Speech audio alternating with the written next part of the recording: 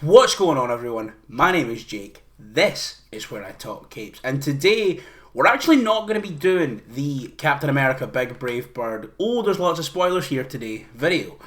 I am going to record that video probably later today, maybe tomorrow. It is right after I have recorded, not right after, it is the same day as I recorded my video yesterday, so it is yesterday for me. And as I was uploading that video, I came across a Nando video. As you know, Nando V Movies, probably one of the biggest, one of the two main inspirations for me making this channel. He uploaded a video onto the Nando Cut a few days ago now, talking about some X-Men casting rumours. And I hadn't heard these, maybe it was just because I was working through the week. I've just kind of been sort of doing other stuff. I completely missed that we got some X-Men casting rumours. So the news of finally getting some X-Men cast is actually something that really excites me, because as we approach the end of the Multiverse Saga, and as we kind of get closer and closer to Secret Wars, we know that, you know, the multiverse is going to collapse. We're going to be left with a sort of prime MCU. We're going to be left with a sort of new direction going forward with, you know, the Fantastic Four and Spider-Man probably, and the X-Men as the tentpoles of the franchise going forward. And I mean, obviously we're not going to get an X-Men movie before Secret Wars, but I do think we'll have some of the casting of our X-Men going forward revealed in Secret Wars, whether that is they show up on the big battlefield to take out hopefully a variant of Doctor Doom and not the real one that we get going forward, or maybe even just at the end where we sort of see the world that has been left and the new status quo and the mutants and Xavier's School for Gifted Children, and we see some people in there. So getting X-Men casting news is very exciting. I don't necessarily think an X-Men movie is right around the corner, but to know that they are now looking ahead and going, well, we have everything that we need, we have all the people that we need to get us to where we want to go, to get us to this end point, and then we begin again and hopefully fucking do it right this time again. You know, we need these people in there. So there's been 3 bits of casting news as far as I could tell from the Nando video, and then having a wee look, I couldn't see if there was any more kind of rumours floating around, but there are 3 names that are currently being touted for 3 major characters. So then, the first bit of casting news, the first character that we're going to be talking about is, of course, Cyclops, the X-Men's fearless leader, you know, the number one mutant, the main, not always the main character, but Xavier's most trusted student, the typical leader of the X-Men, a character who has been sort of done so dirty in recent years, I think, especially because of the way that the Fox movies positioned Wolverine as the main character, and then from that, a lot of X-media began to position Wolverine as the main character. I mean, I've still not watched 97, but by all accounts, they went, fuck what you heard is what you hear, and Cyclops is back, baby. And the rumour for Cyclops is someone that you can currently see behind me. He's over here. In typical MCU fashion, he's right behind me, isn't he? It is, of course, Harris Dickinson is apparently being viewed as the front runner for Cyclops. Now, Harris Dickinson is a little bit younger than I personally would have liked for Cyclops. He typically plays around that sort of 22, 3 to 25-ish range. He is 28. Not that he's the oldest actor in the world. For me, when I did my fan casting video with Ewan, if you want to check that out, I'll leave links for that in the description. But when we did that video, I sort of looked at him anyway as a potential Angel. I think he sort of fits in there very well. I didn't necessarily love the idea of him as Cyclops when I first heard it, but the more I've been thinking about it, the more I look at this and I'm happy. And I mean, if you know me, you know that Harris Dickinson is one of my favourite actors right now. I'll kind of watch anything with him in it. I really like him. As you can tell, I love the movie See How They Run. There he is there. That was my first introduction to him, was See How They Run. That was, you know, one of my favourite movies the year that came out. In fact, that was my favourite movie the year that came out.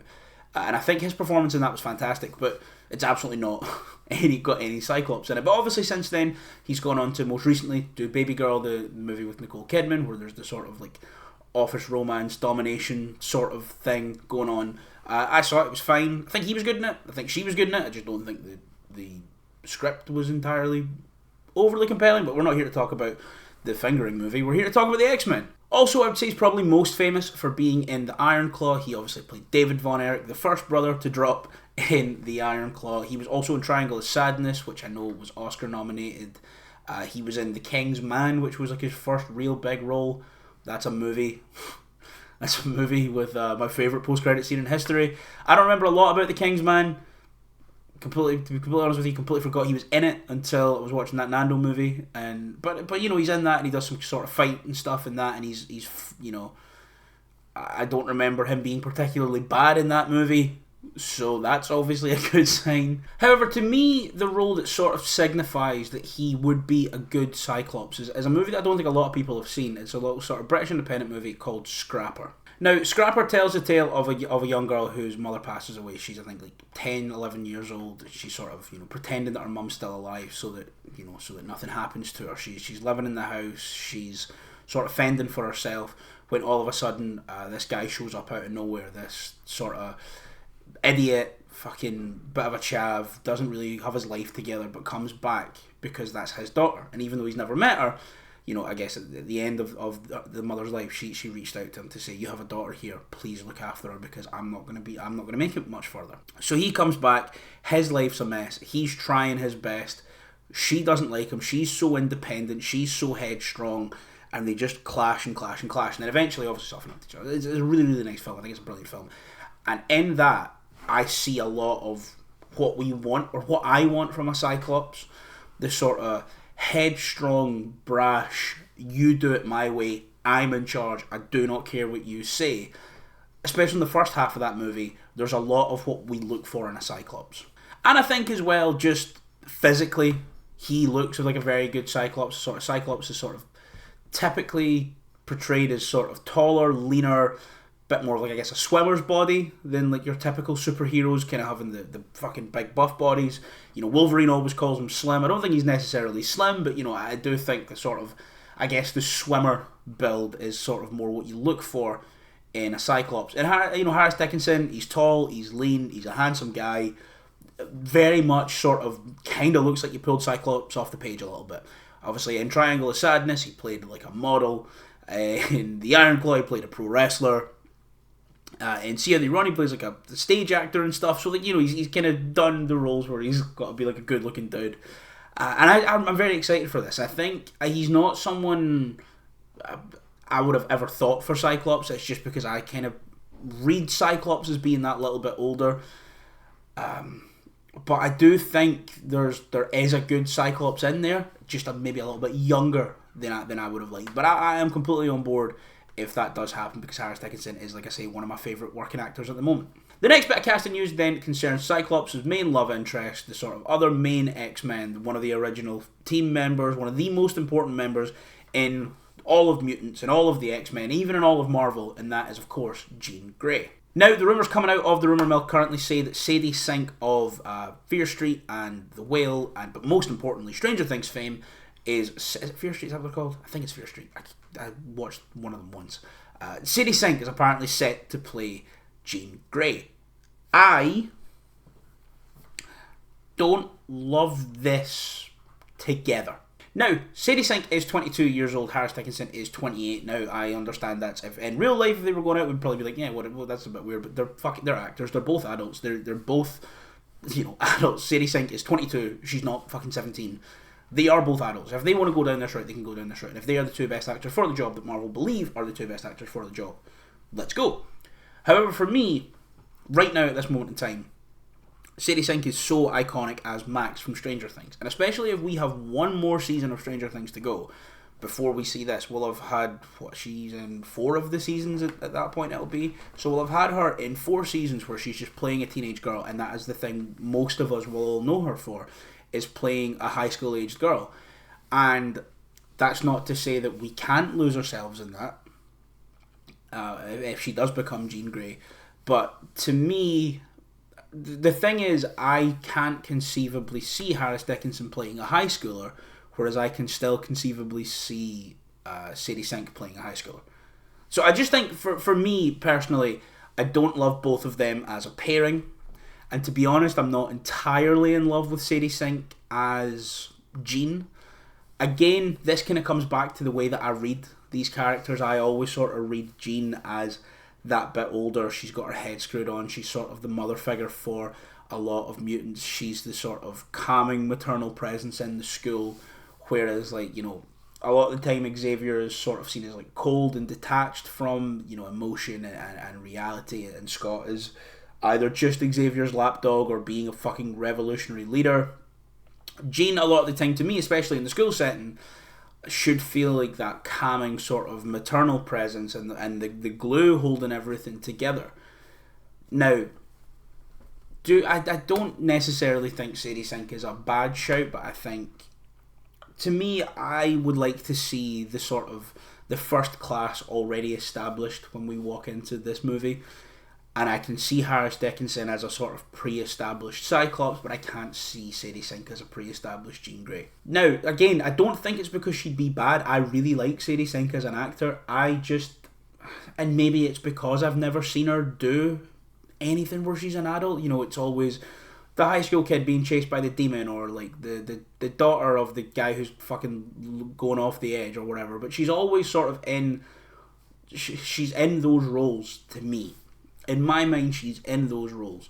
Now, maybe if she does a fucking rom-com or she does something else and she steps out, then I'll stop seeing her as an actor who only really plays younger.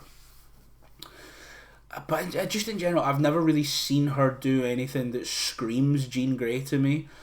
Jean Grey has like such a presence and such a fucking thing to her and such an energy, which is why I never really loved Sophie Turner for it. And I think Sophie Turner did the best with what she was given, which was not great. But again, she was never really that character in her most iconic role in Game of Thrones. And again, maybe this is just because Sadie Sink is a TV actor predominantly, and the thing that I know her the most from is TV. And I guess with Harris Dickinson, I kind of only really know him from films, and he plays a thing once and then he's done, and then he's played another thing. Whereas Sadie Sink, I always see her coming back to Max. So maybe that's on me. Maybe the fact that she has done Max way, way more than anything else is the fact that I'm just going to see her as Max. And like I say, if these are the two people that Marvel see as fit for the job, I'm going to get on board, because Marvel have very rarely went wrong with a casting, in my opinion.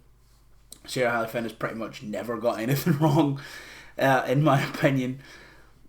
This Sadie Sink is a bit of a hard sell for me for Jean Grey. I think as well, with the inevitability of doing the Phoenix story and the Phoenix Saga and the Phoenix arc, we need someone who can play mean and be a bastard. And I've just never really seen her do that. I'd be more than happy to see them take their time with the Phoenix, because we rushed to do it 2 separate times. And again, I haven't loved either of our Jean Greys as Jean Grey. I think Famke Janssen was as close as we've only had 2. She felt quite close to what I'm looking for, but never quite got there. And I think it's because a lot of those early X-Men, these sort of tones were always shifting, and then, The Last Stand was a fucking nightmare of a movie with way too much going on. But I've never loved a Jean Grey yet, and I don't think I would love Sadie Sink as Jean Grey. But I'm willing to be proven wrong, and if they think she is the woman for the job, then let her do it. But again, the main thing it to me comes back to is I can't really... It's probably just because I see her as a TV actor, a Stranger Things kid, but like, for me, as long as she can still conceivably be playing a high school student, and I don't mean like in the way that like all the Euphoria cast are very clearly fucking 30, like no one believes they're high school students, but she could still conceivably play like a 17, 18-year-old, and Harris Dickinson can't do that. So I love the Cyclops cast. Well, I don't love it. I'm on board with the Cyclops cast, and I could love it. I don't know if I could love this, but I'm hopeful. And then the last rumour, the last role that we have a front runner for is Shadowcat Kitty Pryde. Kitty Pryde is without question one of the most important X-Men. Kitty Pryde has done everything. She's been a fucking pirate recently. Like, Kitty Pryde is one of those characters that is just so important to X-Men lore and X-Men canon and everything. And I think especially because Kitty Pryde feels so youthful and feels like such a young character and feels so open and ready to make mistakes that we don't really look at Kitty Pryde as being like, if a Cyclops makes a mistake, a lot of the time we're like, Scott, you're the leader of this team, we should know. And Kitty makes a mistake, we're just like, what you like. Except for that time that she said that word. That wasn't cool. But we have an actor who I know very, very little about. It is Julia Butters. Now, Julia Butters was in I Think You Should Leave sketch. That's the thing I know her from. She's in the Tammy Crap sketch. She's in Freakier Friday, which isn't out yet. She is in The Grey Man, which I turned off before she got there, probably, because that's a bad movie. She's in something else. She was in Once Upon a Time in Hollywood, apparently, and she's also in The Fabelmans, which I haven't seen, but I wanted to go see a lot. So she's been in like some big projects. She's been in some big things. I think she's 15, which is kind of around the age I want for Kitty Pryde. I imagine, well, for me, Kitty Pryde should always feel young. To me, Kitty Pryde should feel between sort of 15 and 22 as a starting point, because Kitty Pryde's a character that grew up on the X-Men, and Kitty Pryde's one of those like few comic book characters who's just kind of been allowed to sort of age eventually and sort of grow from being the sort of the young teen on the team to sort of growing into like eventually, you know, going into like leadership roles and things like that, and being like a very important character throughout the history of the X-Men. I'm curious as to what they do with Kitty Pryde so early, because to me, she doesn't feel like an immediate inclusion. I think we should set the team dynamic and then introduce Kitty Pryde, who could be like a bit of a sort of, you know, spanner in the works almost. But again, introducing a sort of young POV character into these movies, played by an actual teenager. You know, she'll probably be 17 by the time this movie begins production. Introducing a character around that age, like I say, by the time this movie begins production, it'll probably be in like a year and a half, 2 years from now. She'll probably be like 16, 17 at that point. I think introducing Kitty as like the newest kid in the school maybe, and having her be the POV character throughout the movie is a very interesting choice. That's ideally where I would put Bobby, where I would put Iceman. I think Iceman serves that role a lot better in establishing the team, especially considering the fact he goes on to be an Omega level mutant and be one of the most powerful mutants in the world. But I understand also Kitty Pryde is probably more iconic and beloved than Iceman. So I'm not opposed to seeing Kitty Pryde in this. In terms of the casting of Julia Butters or her being the frontrunner, I have no real opinion. She was in that I Think You Should Leave sketch, you know. But no, I think she's the right age range. She is also Jewish, which is very important, especially now that Marvel seem to be quite focused on casting Jewish actors for their Jewish characters. I wish I could say the same about their Roma characters, But no, I'm excited for more news to come out regarding the X-Men. I'm very excited for us to finally get an X-Men movie in the MCU. And, you know, in terms of these castings, I'm excited about one, or these rumours. I'm excited about one. I'm not so excited about the other. And I'm fairly indifferent on the other.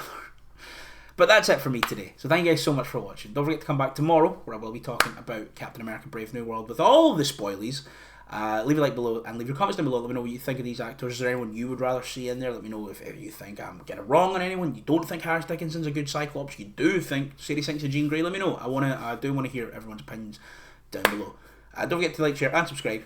Share this around to all your friends and let them know there's a handsome man on the internet with good comic movie opinions. Thanks for watching, and I'll see you next time.